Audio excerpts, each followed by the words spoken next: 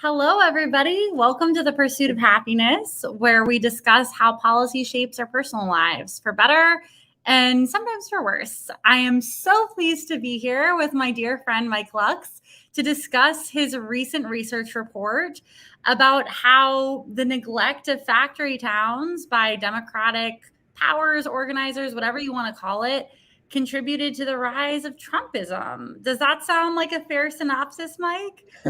It does, yeah. So we're friends, and when you mentioned your research, I went, found it on your website, read it, and it's fascinating, horrifying. Some of it is expected, right? If you're even a little bit tuned into these conversations, you know that we are losing the Midwest. We're losing ordinary Americans. Mike, could you tell people a little bit why that's happening? Sure, Jocelyn.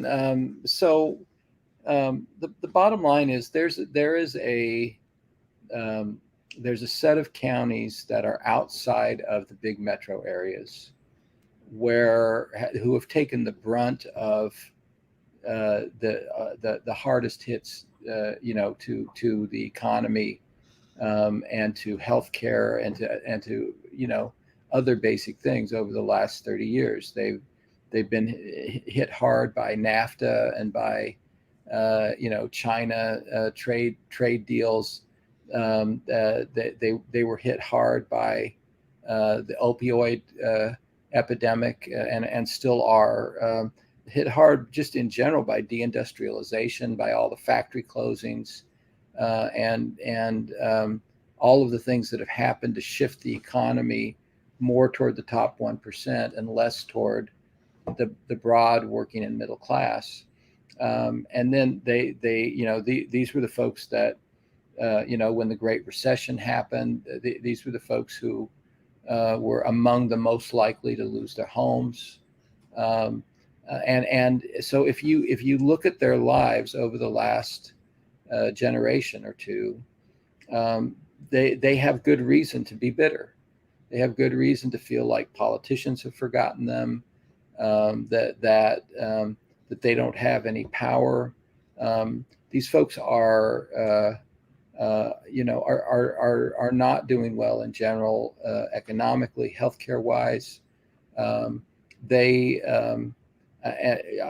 just cite one thing from our study. We did a poll where we asked people in the last few years, have you or a close family member had any of the following problems? And then we listed individually a whole set of issues: job loss, pension loss, healthcare, losing your healthcare insurance, mental health issues, chronic disabilities,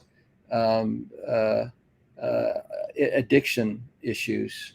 So we just went through all these different factors in people's lives, and we found that more than half of the people that we surveyed mentioned mentioned every single thing. In other words, more than half of these folks have had job loss, either them personally or a close family member. More than half have been dealing with chronic health problems, including addiction issues. More than half have had all of these different things hit them over the last 20 to 30 years, and so it is no surprise that these folks are cynical, and they're cynical. The good news, if you will, politically, they're cynical about the Republican Party because they know they're tied to corporate America, but they're also very cynical about the Democratic Party, and they feel like, maybe we mean well, maybe we used to fight for working people more, but they aren't feeling like we're fighting for them anymore. They aren't feeling like we care about them anymore, and so a lot of them have given up on politics. They've given up on candidates. They're cynical about any time a politician says anything, even if they agree with them, they're cynical about it. So we're seeing less people voting. We're seeing more anger and bitterness toward the establishment, toward the system, toward Washington, D.C., which is why someone like Trump can gain so many votes in these kind of counties. And Jocelyn, just to sort of make a point here, in the states that we studied, which were the Midwest and Pennsylvania were the states that we studied, the entire Midwest, battleground states and non-battleground states, although a lot of battleground states in the Midwest. But what we found is that the Democrats did well in picking up votes in urban areas. They did well in picking up votes in big city suburbs. They did well in picking up votes in like college towns, Champaign-Urbana, for example, or the county where Penn State is. They did well in all those places. They picked up votes in all those places, considerable number of votes in all those places. But they just got swamped in the kind of places that I'm talking about, the counties that used to have factories that have closed down, the counties that have been hit so hard by deindustrialization and opioid and all of those problems. And so those are the places that we need to go back to and figure out how do we prove to these folks again that we care about them. How do we help them economically on their health care and on all of the things that are going on in their lives? Well, as you're talking, it's striking me maliciousness might be a strong word, but to take people who the past 20, 40 years of policy have aggressively violated, created these contexts of just kind of eternal suffering, like what you're talking about. Job loss is deeply demoralizing on every level. Chronic illness is deeply demoralizing on every level. Addiction in communities where, I'm from an area where I know tons of people lost to the opioid crisis.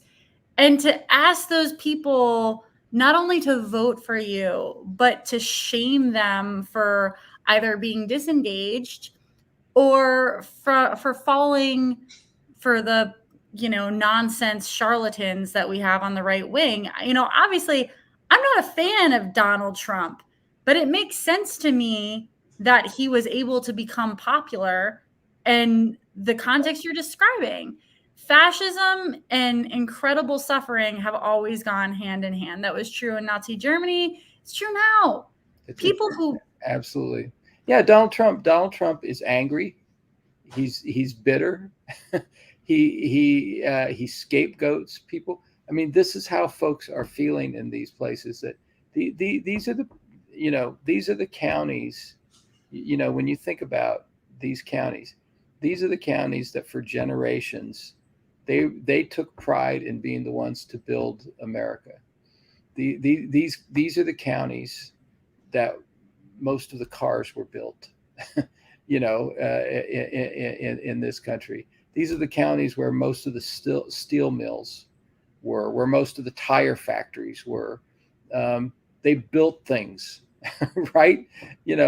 And to have that pride taken away from them, of course they're angry. Of course they're bitter. And so a politician like Trump comes along that's like raising his middle finger to everybody and saying, oh, those old Republicans, they suck, and the Democrats, they suck, and the immigrants, they suck. But I'm gonna do something about it. I'm gonna save you, and I'm gonna speak my mind. I'm not gonna be politically correct. I mean, that's very appealing to these voters, and it's not just because they're sort of knee-jerk racists. I mean, race and racism is a part of American culture everywhere. Certainly a part of American culture in the working class counties, but it's not mainly the appeals to racism. It's the anti-establishment thing. It's the everybody screwed you, I'm going to save you, and that kind of outspokenness, that the anger that Trump always exhibits, that's very appealing in places that have been so so ignored and so screwed. And part of it is too, it's a big city versus smaller town, mid-sized town kind of thing, because they see people in the big cities getting rich. They see Wall Street getting rich. They see big tech getting rich. They see these coastal big city elites having everything, and them having so little. And it makes people bitter, and they assume that the Democrats are either they're either in the pocket of these big corporations, or they're too weak to do anything about it. Well, and it does, I imagine it doesn't help that, part of your research, you talked about how the Democratic voters actually are getting more progressive on everything, including social issues. And that's another area that, the Democrats have really dropped the ball. We've alienated, for a lot of these communities, religion is a point of pride and community and meaning. And I obviously am not a fan of what the reactionary right has done with religion, but we're kind of giving it to them in a way, you know what I mean? Instead of being like, hey, like our president is a person of faith. Like progressives can be religious too. Instead, I do think, intentional or not, and culture, democratic culture, where there's this sneering condescension towards these communities and what's meaningful to them. I mean, does that sound right to you? This is your research. I'm just telling you my experience. Yeah, I mean, I do think that's a big part of it. I think, like I say, people feel forgotten, and they feel like folks in big cities, folks in politics aren't relating to them. The good news is, though, I mean, and here's where I want to pivot, Jocelyn. The good news is that these folks are not gone. They're reachable. They're open. I mean, the focus groups were striking in that people, and the polling, people understood very clearly that the Republican Party is the party of big business, and these folks are angry at big business. They where they dismiss the Democrats is because they think that Democrats are ineffectual at getting anything done, so Republicans appeal to them by being angry and by scapegoating, but they feel like Democrats haven't really done anything to try to win their vote. But these folks, if we pay attention to these voters, if we pay attention to these communities, and if we talk about how we're going to take on the big businesses that have been screwing them, we're going to take on the pharmaceutical companies that brought about the opioid epidemic. We're going to take on these billionaires who've never been taxed, right? We're going to start to right the wrongs that have been done to folks. These voters are absolutely, we can win them back.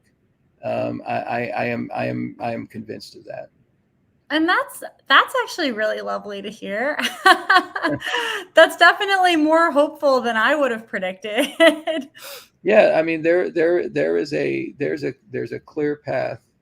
And Celinda Lake, who did the polling for us, she was one of Biden's pollsters. She's been in the business for a very long time, very widely respected pollster. Celinda is like, the strategy that we found through the work that we did here is transformative. That we have a clear way of winning these voters back, and winning these counties back. We just have to execute on it. We have to be more economically populous. We have to talk about issues that really matter to them, and we have to start paying attention to these places that it's like people talk about flyover country, and folks, per what you were saying, folks feel that sense of, oh, we don't really care about these folks. But if we show these voters we care about them, we're going to deliver for them, and we actually get some things done to help them, that is going to make a huge difference. So I did this work, and I came out of it more hopeful than I had been before I started. For all the problems, for all the challenges, we've got a chance to win these folks back. Well, and I know that we don't have that long with you because you have a really busy day, but we were talking in the pre-show about hope. Can I ask you to repeat yourself a lot? Because it was getting me very riled up. Like, I think, I don't, look, I'm a big fan of the internet. We're on the internet right now, but I think sometimes the information overwhelm can lead to people being very cynical and very despairing when, as you were saying in pre-show, we actually have way more at disposal than organizers did at much darker times in history. Yeah, I am a hopeful person in spite of all of the problems, in spite of the threat of looming fascism, and God knows it is there. It's there, and things could go dark very fast. But I am a hopeful person because I look at what's happened in history, and I look at how how people organized when it seemed like there was no hope, and they won. And when you look back, and you see Harriet Tubman going back again and again, and bringing slaves past the Mason-Dixon line. You see people like Frederick Douglass and Sojourner Truth, and all the work they did, and they had no legal rights. They had no legal rights in this country, and yet,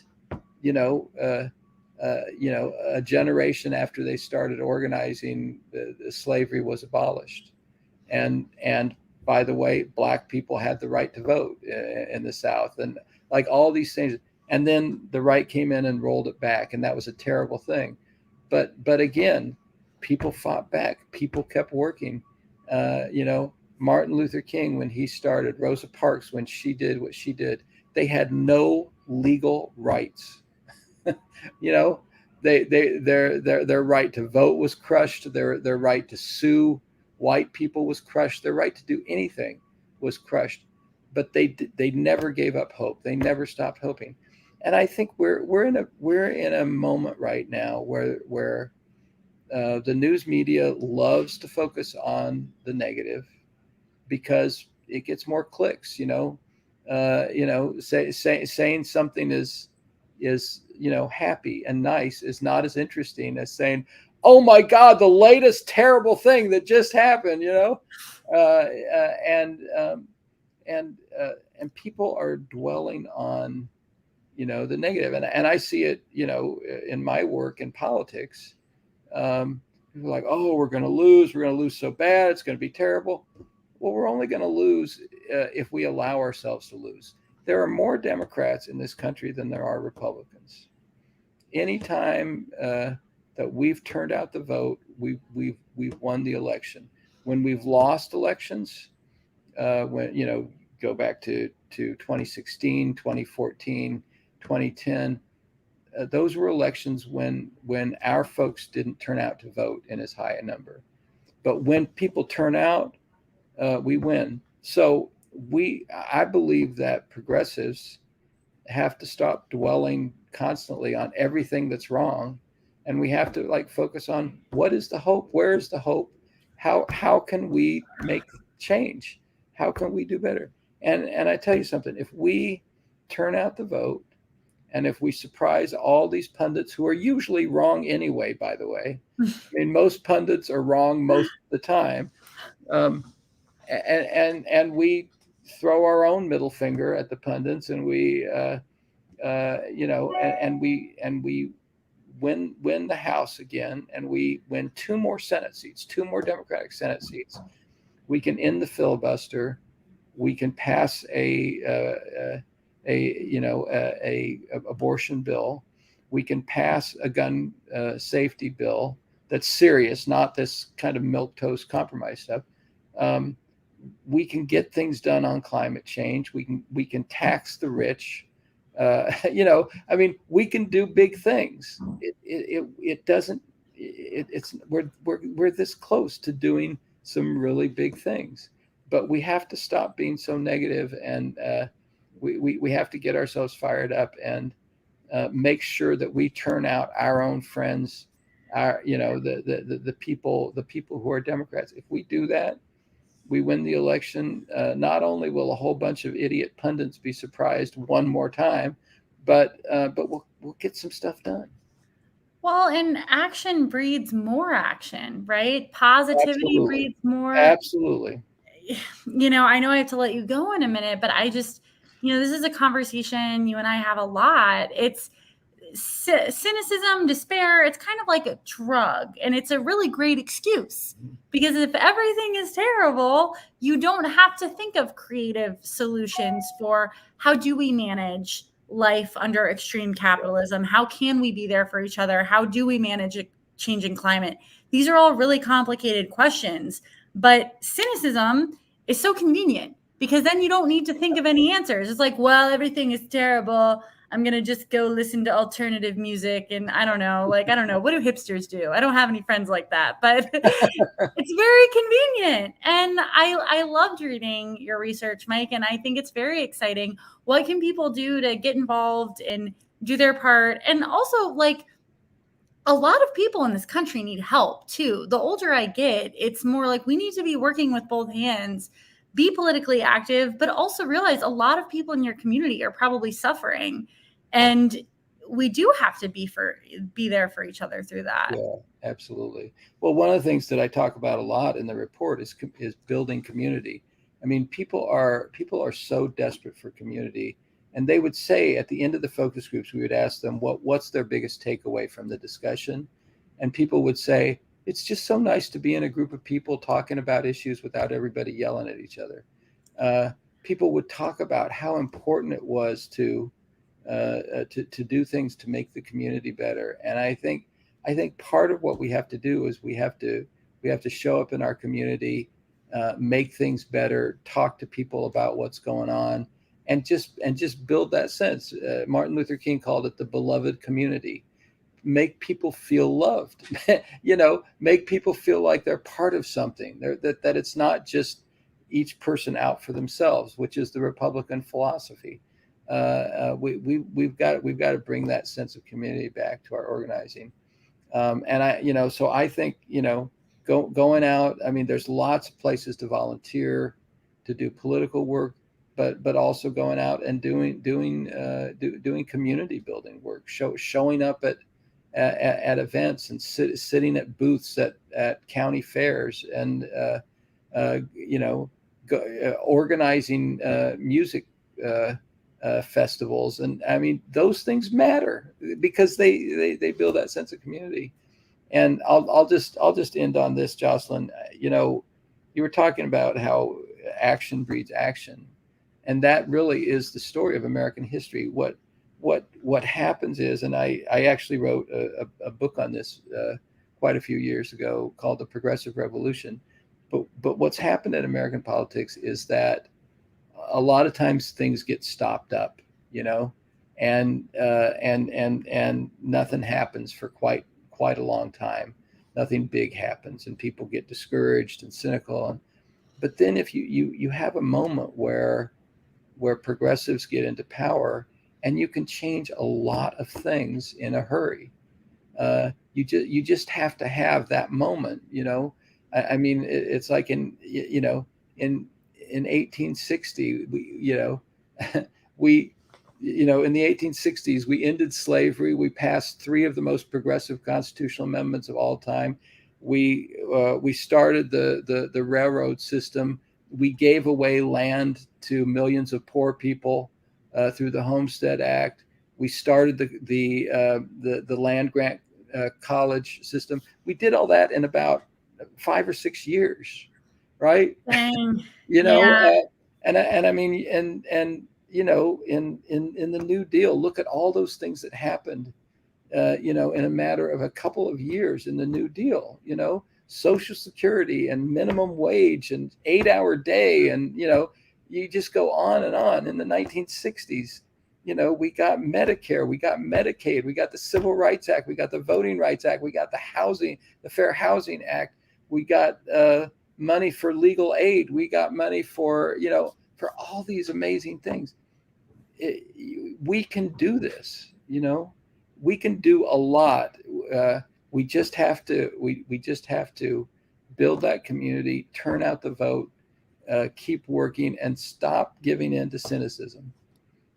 That is so inspiring, Mike. Thank you so much for being here.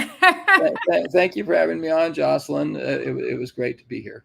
You're not going to get out of coming back, by the way. So sorry about that. But I'm happy to come back anytime. Thank you so much. And if anyone look up to find the report, Winning Back Factory Towns, it's on the American Family Voices website, along with all the other wonderful work that Mike and Democracy Partners do, fighting to protect democracy for all of us. Thank you so much for being here, Mike. Thanks, Jocelyn.